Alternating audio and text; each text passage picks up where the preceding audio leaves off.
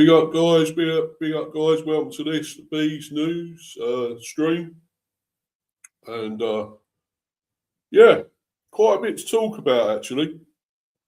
A lot of sort of transfer news. Sort of maybe rumours, sort of maybe possibly confirmed, or sort of more positive than that, more concrete interest for some of these players. Obviously, we're after somebody here called Damian Bobadella. Obviously from Sao Paulo. I'll be talking about that very soon. It's not just us linked with him though. Of course, it's Celtic and Brighton. Also after this player, midfielder. And of course, our captain Nathan Collins. There's interest on Spurs now, as well as Manchester United, Chelsea, and Liverpool for our captain. And I've got a comment there already. Irish Pit Terrier. You can keep Collins. Not United level, inconsistent, too many errors. Yeah, why do you think we want to get rid of him, mate? Why do you think we want to get, you can go to you lot. Sorry, Pitt, but I'm sorry, my friend, but you can have him. We'd be glad to get rid of him. It's exactly as you said. He's too inconsistent and too many mistakes. So you can have him, yeah? How about that? Well, you got Bramo that's not doing a lot at the moment. You bought him off of us, so I guess that's what happens when they go to United. They don't do anything. No, they're shit. So maybe Collins be the same. And then hopefully we get somebody better. Bobadella is a good signing. Very smart deal, Paraguay engine. Right. Well, that's the thing, though. We are linked with him, but it's not just us. It's Brighton and Celtic as well. I think, is it someone else? Real Betis now? I think maybe after him. I'm not totally sure, but the thing is, we always show interest in these sort of players, and we throw our ring into the hat, or hat into the ring, even whatever you like to call it. But at the end of the day, we're still after them. We go after them, and then we lose interest that we can't sign them too much, or the other teams, that are after him are too big and got too much more money than us to buy these players, and that probably be the case here. No doubt Brighton will want to splash out just that bit more than we will to get this man, or even Celtic even. So, so I've got a feeling that may not happen. But I will obviously go through all these articles, these stories, and whatever rumours, interest, whatever it is. And I will start with that actually. Right. And I know you won't be too happy about this, Pitt. Or Terrier, I'll call you that, man. But I don't know if this is true or not. But anyway, I'll show you this article. Bring this article up.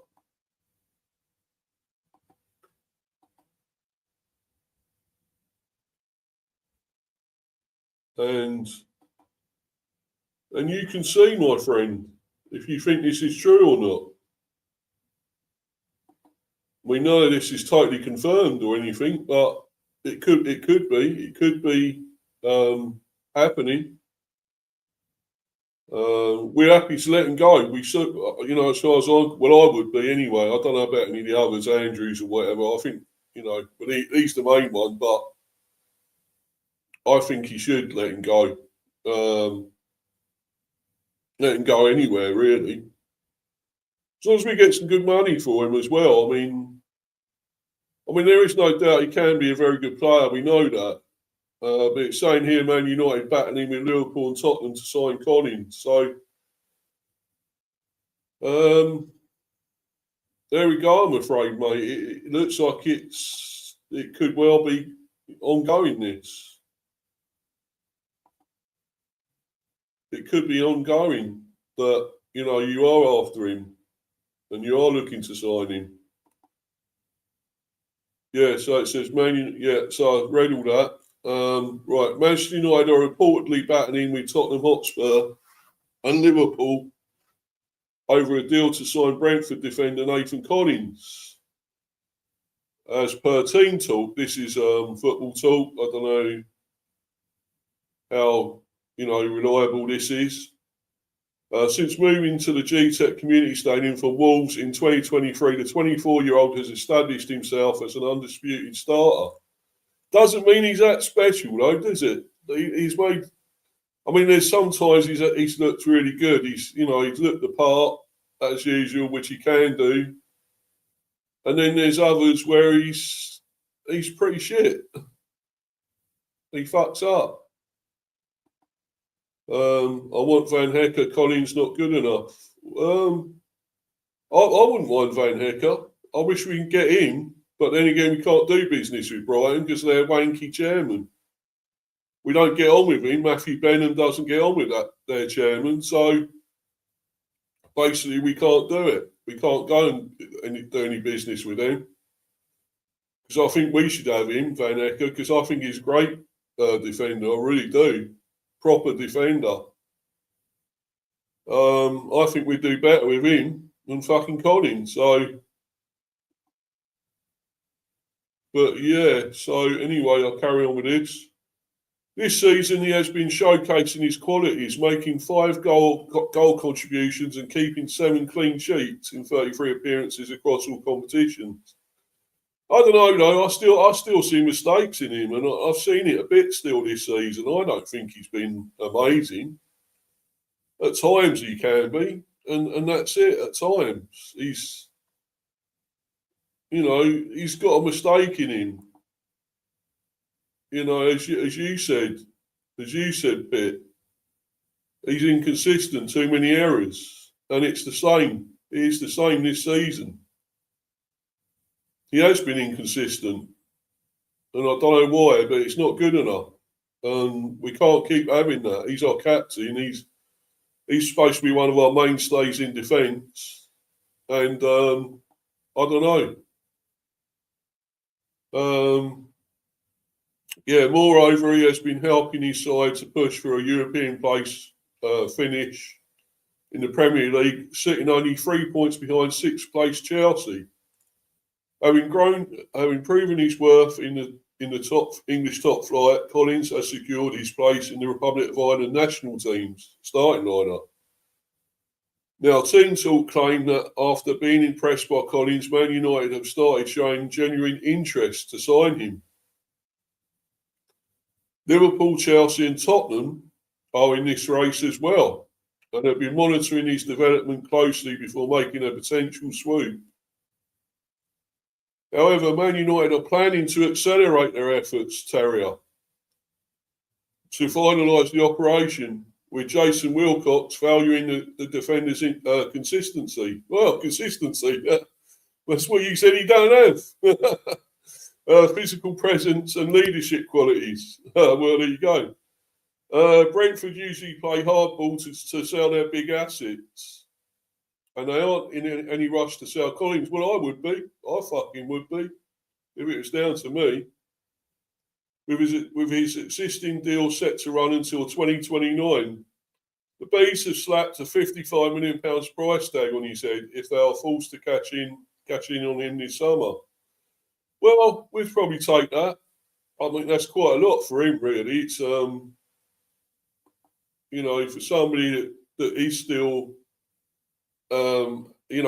incident prone, mistakes in him. And even for Ireland, he made mistakes. Yeah, exactly. You're right, Terrier. He has. He definitely has. Well, there you go. So, not worth 25. Well, Probably not. But I don't know if we get a lot for him. It's like the Vista scenario, isn't it? I mean, he weren't worth at least 55 million because he's not really that special. He's not great. He's somehow got a lot of goals, but that was with Brainmo that's with you now. Because it was down to him more than anything that Vista got all those goals. Vista is not that great. He is not a proper striker. And, the fact we got 55 for him, that's more than we should have got, to be honest. And if that was me, Newcastle are dummies, I think. But, we ripped their hands off for that, giving us 55 million for him. And we'll do that with Collins. If you want to give us 55 mil, maybe we might make it more. Why not? We want to get anyone stupid enough to pay us all that money for him? Go ahead. Fucking go ahead. Come on, United. You like doing business with us? Yeah, come on. Pay us the money. Why not? So, yeah, 100%. Yeah, definitely. Definitely 100%. But anyway,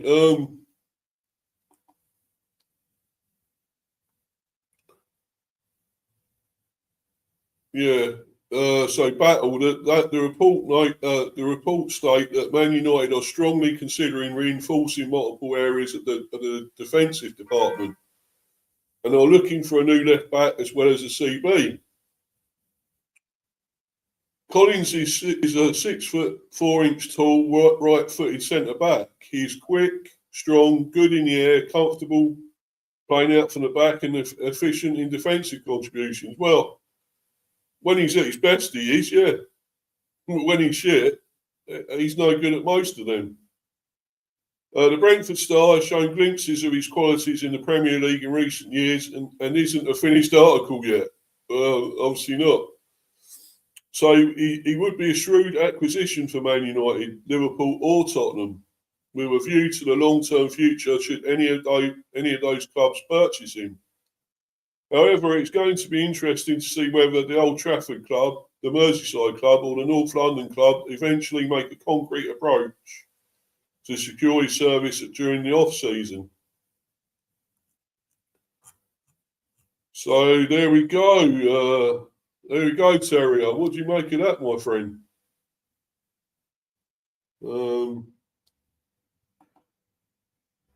Yeah, we don't have Arnold Murtaugh in charge anymore, hopefully. Murtaugh, he was too old for that shit, wasn't he? Wilcox has some sense. Right, yeah.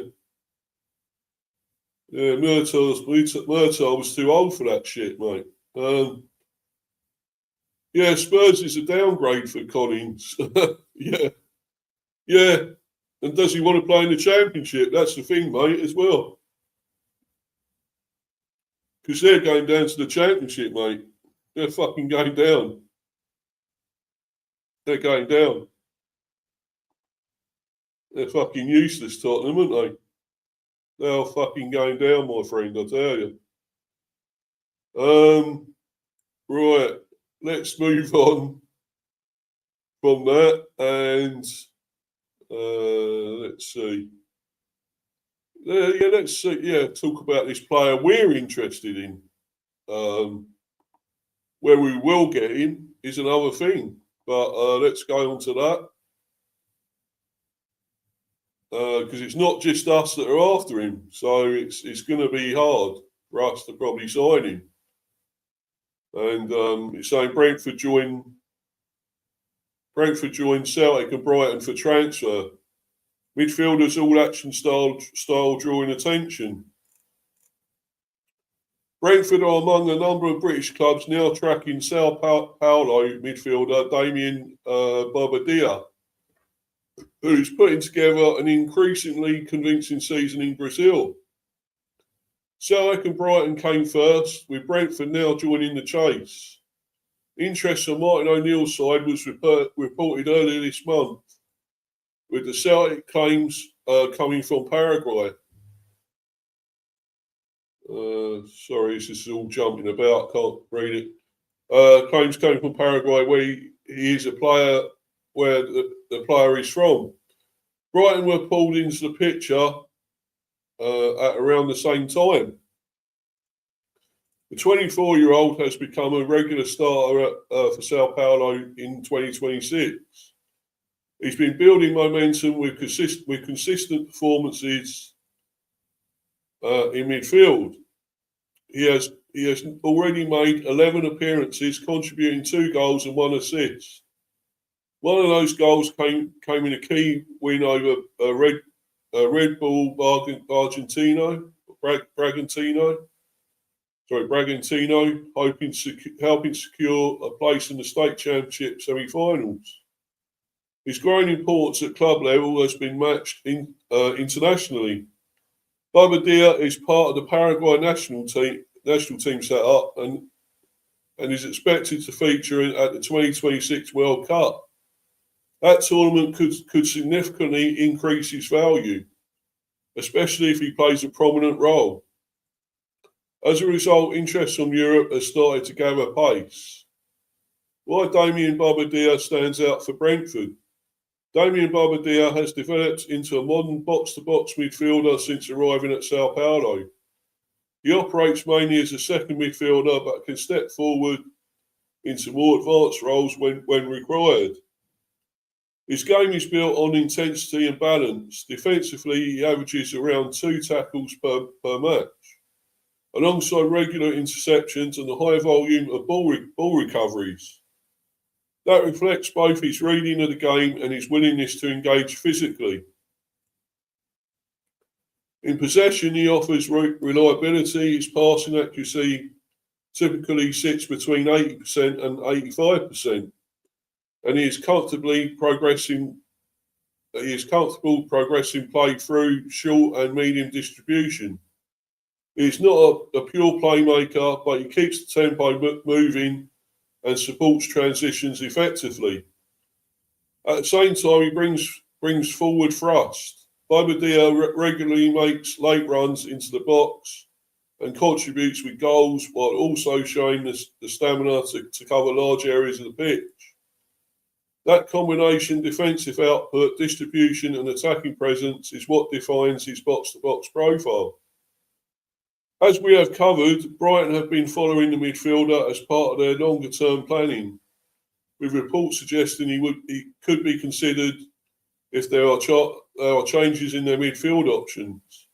Celtic have also been monitoring him for months as they look to add a similar profile, potentially linked to expected departures in the summer window.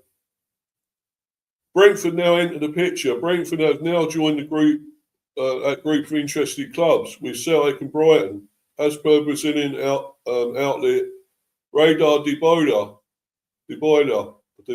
whatever, with the Premier League side also tracking Bobadella ahead of the next transfer window. The midfielder's recent performances have not gone unnoticed, and there is an expectation that further inquiries could arrive in the coming weeks as clubs continue their assessments. For Brentford, the profile fits. The club have built a reputation for identifying players in strong form outside Europe's biggest leagues and moving quick early in the market. Contract situation and next steps.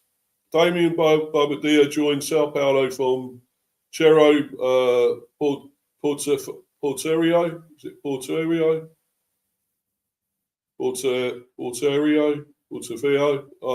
In 2024 for around 1.8 million euros, 1.5 million pounds. The Brazilian side secured 60% of his economic rights. That could become a key factor in any future negotiations. Since Sao Paulo could only receive just over half of a transfer fee. His contract runs until December 2027, placing the Brazilian club in a stable position. There is no immediate pressure to sell, but it's also an understanding that strong offers could be considered. With interest now coming from multiple clubs in England and Scotland, Bobadella is moving firmly into the European radar. For Brentford, as with Brighton and Celtic, this remains a monitoring situation for now. However, with the World Cup approaching and his profile rising, that could change quickly. Well, that sounds like a good one for us if we could get him. I mean, it's that's a big if, because I'm not totally sure we can. He sounds a fantastic player to me, and right for us, would be right for the Bees. Looking at all that. Big up to you, Red Rain, as well, at Red Rain 97. Do you want Jordan Henderson to sign a new contract? Is that you, by the way, Rich? Is that you, mate? Because I know you've had trouble with your account or whatever and your channel and stuff. I don't know if that's you or not. But, do I want Jordan Henderson to sign a new contract? Probably not. I mean, I don't want him as a player, maybe. I mean, or maybe one more season, possibly. But I think after that, just be in the background, just be a trainer here, or be around the dressing room or something else, coach or whatever else. To get that extra bit of, sort of boost to the players, and that bit of help. For the other players, for the younger players, and that especially. Maybe one more season as a player, but that's about it. Maybe. Box midfielder, yeah. Jordan Henderson should just keep signing long contracts instead of you getting him. Yeah, well, as I say, just sort of maybe keep him as a background sort of thing. Just in the background. No, it's not Rich. Don't know. Oh, you're a Liverpool fan. Oh, sorry. Of course, what made you? Oh, sorry about that. I thought you was Man United. Sorry about that, mate. Sorry.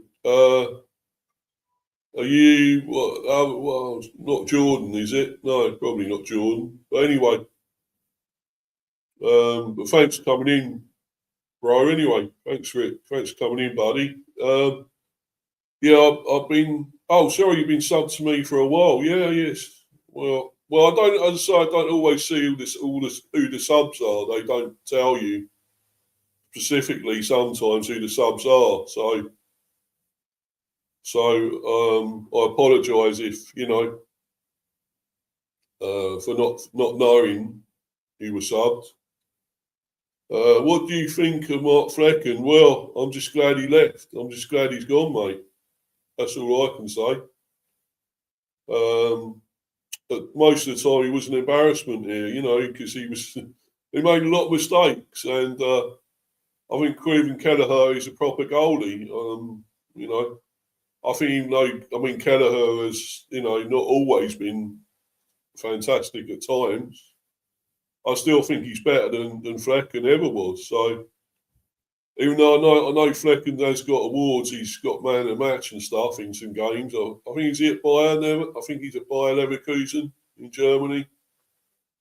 And I think he's done pretty well there, but I don't rate him. I didn't rate him here. I really don't. He made so many mistakes. I'm one of Charlie's friends. Oh, right. No worries, mate. My name is Jack. Oh, yeah, I think I heard of you. I think I remember you from other streams or something. No problem, bro. You have a great channel. Yeah, cheers. Thanks, mate. Thank you. I'll try and keep it going. I'll try and do pretty good stuff with it. It's not always It's not always that easy to do, but I'm trying to keep it going. I'm trying to get more subs in, more people following, and talk about a lot of stuff. I mean, obviously, I want to cover mainly the Bees, but I do try and cover other people's clubs as well, other fans, such as yours. You know, mainly Liverpool, sorry, and United, and obviously Spurs, whatever else, Chelsea. Yeah, so I try and cover other people's as well. You know, it's like a broad sort of talk about all the different clubs, all the different news and stuff, things going on. Yeah. So anyway, I wouldn't mind this player if we could get him, but I've got a feeling it's going to be hard. It's going to be tough because these others are after him, and I just don't know. I'd like to think we could get him. I really would. And like that is Jordan there. Haven't seen you for a while, bro. Hope you're good. Hey, Steve, bro. Yeah, I'm cool, mate. Cool. I ain't seen you in here for a while. I ain't seen you on your channel for a while. So what do you, mate? Obviously, we'll talk about Nathan Collins as well. I was already mentioned him. What do you think about him? Would you take him at Liverpool? Any of you? Red Rain? I mean, Jack, would you take him, and John? Would you take Collins from us? I think we just want to let him go. I just want him to go, to be honest. I don't think he's been good. I mean, at times he can be fantastic, no doubt, and when he stands up, he's imperious, and when he defends really at his very best, plays at his very best, he's great. But when he makes these mistakes, these errors, it's costly. So I don't really know, but there's another thing I want to talk about as well that's happened. There's this two Brentford players left bloodied after intervening an alleged assault to rescue man. This is through TalkSport. Two Brentford players have reportedly been left bloodied after intervening in an alleged assault on Sunday morning. The two B stars, who will remain anonymous, rushed to help a man in southwest London as they were travelling home. According to the Telegraph, they were heading back after Brentford's 0-0 draw with Leeds when they saw the attack happening. The assault is said to have been allegedly racially motivated. Oh no, don't say we're going there again. Racially motivated. Oh my God. And took place at around 2 a.m. on Sunday morning. And the footballers helped to calm the situation down before police arrived, with neither suffering any injuries. Well, that's good to hear. However, a witness did say they were left bloodied by the incident that occurred in Richmond. The Metropolitan Police spokesman said police attended a report of an assault on Queen's Road. Queen's Road there. Queen's Road. Road? No, I'm not Jonathan Ross. Sorry, guys. I hate that. I do have trouble sometimes with this. And I don't think I've got, what Jonathan Ross or whatever's got, but sometimes I can mispronounce it. And on Queen's Road. There you go. See what I mean? Anyway, Richmond at around 200 hours or 0200 hours, yeah. On Sunday, 22nd of March, officers engaged with the victim. The investigation is ongoing and no arrests have been made at this time. Brentford players were permitted to make their own way back home after the fixture against Leeds at Ellen Road. That is due to the fact that this was the Bees' last game before the international break. Some of the club's players, including the two involved in the incident, were allowed to make separate travel arrangements as they will be travelling to play for their countries in the coming days.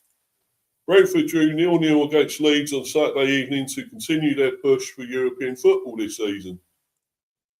Keith Andrews' side are currently sitting 7th in the Premier League table after a remarkable campaign.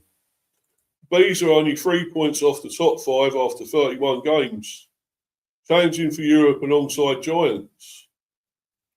They sit just 2 points behind Chelsea and 3 behind Liverpool as they hope to book a spot in one of UEFA's competition. Brentford's first game after the international break will be a huge clash against Everton. It certainly will be at the GTEC Community Stadium. Possibly going to get tickets for that. I'm looking like I can. I think I may be getting them tickets for that game, and I may get one for Fulham as well after that. So that'd be great to see both of them. Go and see those two important games. I'd say 6 pointers for that. It's got to be 6 points. Really move us clear of the rest, all the rest around us, the Evertons, Fulhams, Brighton, Sunderland maybe as well, even Newcastle. All those teams we need to get clear. They will also then take on Fulham, who also around us, of course, Man United in April, who we know are third. So, but those games, those are the big games, Everton and Fulham, for me. If we can get 6 points out of them, I think we're going to be in pole position. I really do. I really think that. I think we'll be in a great position then. But getting back to that with those footballers, that was bad. If it is, of course, racially motivated, which it sounds like, that's terrible. Yeah, again, to hear that happening, that's dreadful. Anyway, let's go through some more comments. Read that. Coyote quality, yeah, he is quality. I don't know if we can keep hold of him. I don't know. He's a great player. That long throw, superb. It's going to be tough. It's going to be really hard to keep hold of the man. And I think he may go. I think we want a lot of money for him if he does, though. I think he'd be more near a sort of 80, 90 million, maybe, something like that. He's that great, I think. Coyote to Liverpool, hopefully. Yeah, well, yeah, you have to pay us a lot of money then. Be loads of money. Why the players out at 2 a.m.? Well, getting back, I suppose, because obviously they were allowed to go back by other means of travel. There was no coach or whatever for them, I suppose, so they got back whatever way they could.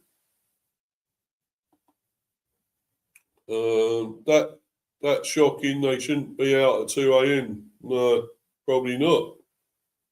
Do match day vlog, yeah. Well, thing is, mate, I don't really do them. I mean, it's just like because I get too involved in the match and I can't sort of, do a vlog. I just get too concentrated on the game. I might try one if I can get both of them. I might do at least one of them. But we'll see what happens, my friend. We'll see. We will pay 200 million. Oh, yeah. We fucking had that off you. 200 million. Why not? That'd fucking get us quite a few players, wouldn't it? Well, yeah, if we do get in Europe, we're going to need a lot of money to, sign some players. So if it happens, I'm still not entirely sure or certain that we will get Europe, but you never know. So we're going to need a bigger squad. Let's be honest. Anyway, let's go to my last sort of topic, and that's this one. Obviously, talking about this for Europe, the race for Europe, the race no one wants to win. Are Everton serious top 5 contenders? The fight for Champions League football appears to be turning into the race that no one wants to win. For the second year in a row, it is all but certain that the top 5 teams in the Premier League will qualify for next season's Champions League. But shock defeats and inconsistency means the form of the so-called top sides is falling off a cliff. Defeats for Liverpool and Chelsea have opened the door for a team to come out of left field and clinch a coveted Champions League place. Could it be Everton, Brentford, even Fulham, 10th place Brighton, and teams below remain in touch? Form goes out the window. Premier League for the form table for the past 10 games. So there we go. Man United top of that. 1-7, drawn 2, lost 1, 23 points. Arsenal second, 1-6, drawn 3, lost 1, 21. City third, 1-5, drawn 3, lost 1, 18. Chelsea fourth, 1-5, drawn 2, lost 3, 17. Everton fifth, 1-5, drawn 2, lost 3, 17. Bournemouth 6, 1-3, drawn 7, lost none, 16. West Ham 7th, 1-4, drawn 3 and lost 2, 15. Liverpool 8th, 1-4, drawn 2, lost 4, 14. Brighton 9th, 1-4, drawn 2, lost 4, 14. And Fulham 10th, 1-4, drawn 1, lost 5, 13. We're not even on that form table. Yet we're still 7th. Somehow, we're still 7th. Arsenal are on track to win the Premier League with only Manchester City putting them under any real pressure in the title fight. That leaves 3 Champions League spots up for grabs with Manchester United 55 points, Aston Villa 51, and Liverpool 49 currently occupying those places. Only Arsenal and City are unbeaten in their past 6 Premier League games, with the teams below them all struggling to find consistency. Manchester United top the Premier League's form table for the past 10 games, winning 23 points. They are enjoying a resurgence under Michael Carrick and remain in a strong position in terms of Champions League qualification.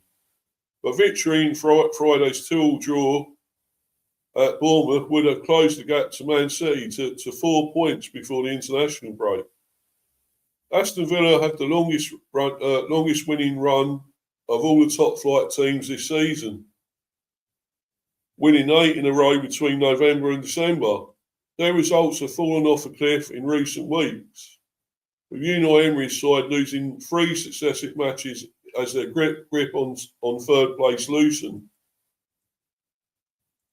Defending champions Liverpool have lost 10 Premier League games in a season for the first time since 2015-16. And defeat by Brighton meant Arne Slot's side missed out on the chance to leapfrog Villa into fourth. There's always pressure at Liverpool on me and the players, Slot said after the game. That is completely normal. We need to make sure that in the end we qualify for the Champions League.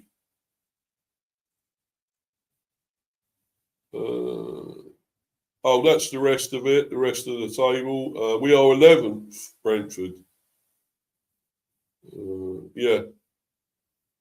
11th there. 1-3, drawn 4, lost 3. 13 points. So, not great. But we are still 7th. Just about at the moment. For Everton to be in the mix is unbelievable. Everton have completed sporadically in Europe throughout the 21st century, most recently in 2017-18, when they featured in the Europa League. They have not featured in the Champions League proper since 1970-71, when it was known as the European Cup. But 8th in the Premier League, just 3 points off the top 5, with 7 league games to go. The Toffees are in serious contention to not only compete in Europe, but perhaps even reach the continent's top competition. Manager David Moyes was keen not to get carried away with the idea of Champions League football at Hill Dickinson Stadium, but did not shy away from what being in Europe would mean to the club. I'd love to say it was a possibility, as I'm trying to be more positive than I would normally be. But for Everton to be in the mix for Europe is unbelievable. Whether it is Conference League or Champions League, Moyes said. We were sitting there here last year, just beginning to edge ourselves away from relegation, and still had lots of money to pay off new ownership and 10 or 12 players out of contract. For us to be in the position we are now is just great. I can't imagine if we could possibly do it, what it would do for the crowds here, as Evertonians are desperate to get back amongst it. Champions League football might have seemed like a faraway dream for a club who have spent more time trying to avoid relegation in recent seasons, but under Moyes, they have enjoyed a resurgence that has almost made that dream a reality. Speaking to BBC Sport, the Scot said a top 10 finish would be a really good year, and they will try and give ourselves a chance of getting in the European competition.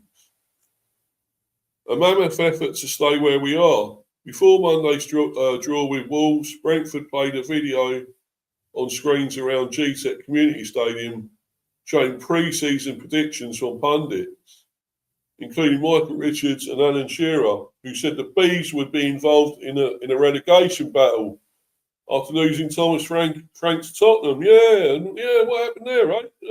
We're not, are we? I always knew we wouldn't be in a relegation fight, but others thought different, didn't they? I knew we were too good to be in relegation trouble, but there we go. The video ended by playing lyrics from Stormzy's song "Shut Up." Yeah, with those two words displayed in giant letters across the screen. Under Keith Andrews, Brentford have largely done their talking on the pitch, rather than looking over their shoulders in the relegation battle.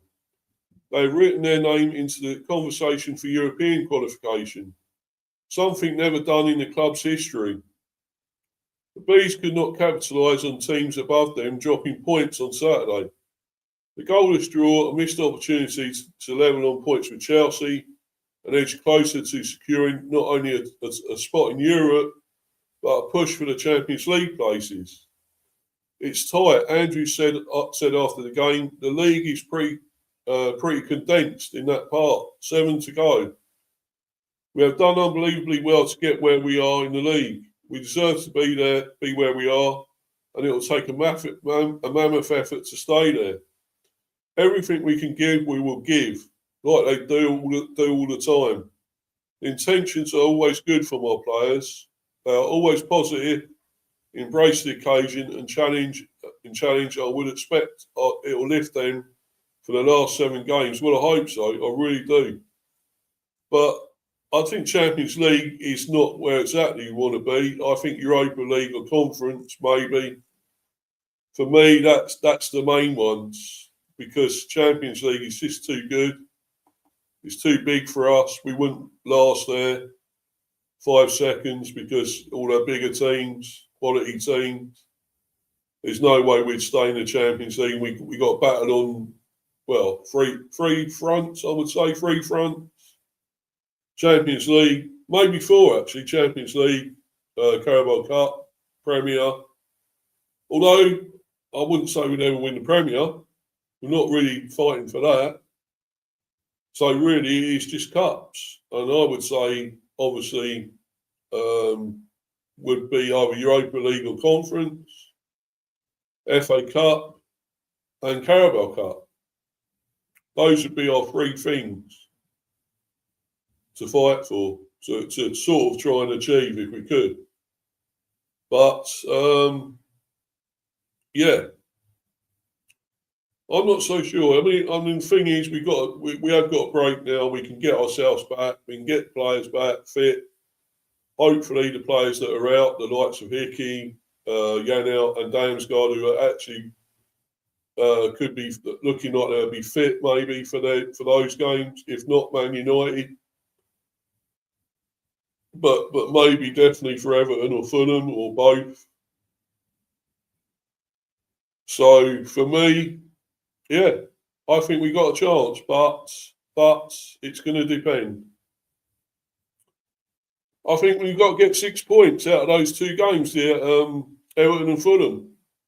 They are big games now. We've got to do something with them, and we've got to do something there. Or otherwise, I don't think we got a chance. If we don't get 6 points, I think Europe's out of our hands. It's out of our reach. So, unfortunately, but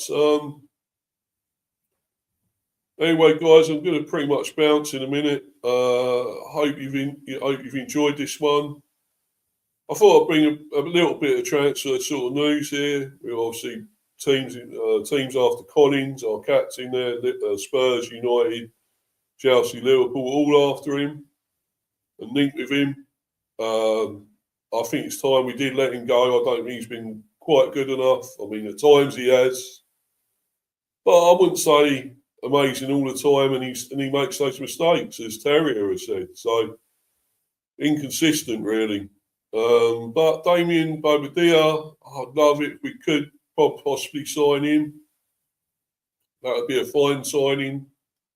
Great signing, what we'd need in our midfield, for sure. So I hope that happens. It's a long way off at the moment. Obviously, we've got till the summer window and see what happens there. Of course, after the World Cup as well. Got the World Cup coming up, of course, so we'll probably have to wait a little bit. But yeah, I think it'd be a fantastic signing. I really do. But if Brighton and that, I think I saw something that Brighton may be leading the race now for him. We've not long joined it, so we're a bit well behind at the moment, I suppose. But if we could overtake them. I mean, as we don't seem to get on with the Brighton chairman and stuff, I hope we could get him. That would be a real kick in the nuts for them. That'd be a real up yours to them if we could get him ahead of Brighton. That'd be incredible if we could. I mean, that'd show a real statement, to be honest, if we could go and get him. I think we'd have the money. I don't know exactly how much he's going to be, but he looked like he was fairly cheap, 1.8 at one stage. Was it 1.8 or something? If we can get a player, fairly cheap, we try and get them cheapish if we can, and then sell them on for a lot of money, of course. So I don't know. I'd love it if we could get him ahead of Brighton. That'd be an amazing statement for us to do that. Yeah, why not? That'd be incredible. We can do that. But anyway, guys, I will be back at some stage. I'm looking to do the relegation one. We were talking about relegation earlier. I want to do a relegation stream. It may be later today. It may be tomorrow instead. I think it might be tomorrow now. I'm going to do the relegation one. And I'm also going to do, these be probably the buzz ones, really. I'm going to do an in-depth England, sort of stream to look into what's going on there with Tommy Tickle. Well, I don't rate what he's doing. I don't like it. And 35-man squad, and a lot of players that aren't really good enough for it. And some that are missed out that should be there. And I just want to go into it all. And, I think it needs talking about again. I really do. I don't think Tommy Tickle's the man for the job. I really don't. But anyway, follow me on Insta, Mr. B for Life 182, and subscribe to Mr. B, Hive Football Chat. And keep smashing those likes and subbing if you're new. Come on, guys. Keep doing that. Still on 222 subs. Get that moving up again, please, guys. Come on. Get me up to 250. That's my next milestone. Get me there. That'd be incredible. And let's keep it going. I'm trying to get content out now every day if I can, or nearly every day. So it'll be at least the relegation one will be tomorrow now, and probably England one will be probably on Wednesday or Thursday at least. Because obviously the game's Friday, the England game, friendly with Uruguay. So I'm going to do a little bit of a look into the squad and probably a preview for that in a way as well with the stream. So anyway, guys, thanks to people that have been in the live chat. Obviously, we've had Red Rain there. We've had Jordan and Irish Pit Terrier. Thanks to you guys for being in the live chat. Thanks to everyone, hopefully, that's been watching live or on playback. Your support is always appreciated. So keep it coming, guys, and keep it going. Until the next stream, which will be tomorrow. Everyone take care. Enjoy your day, your afternoon, evening now, and night times. And take care and enjoy all the sport on its way at the moment. So everyone have a good time and join me for the next one, guys. I hope you can all join me for that. The one tomorrow, relegation stream. Come on, guys. Check that out. Anyway, cheers, guys. I'm out of here. Bye.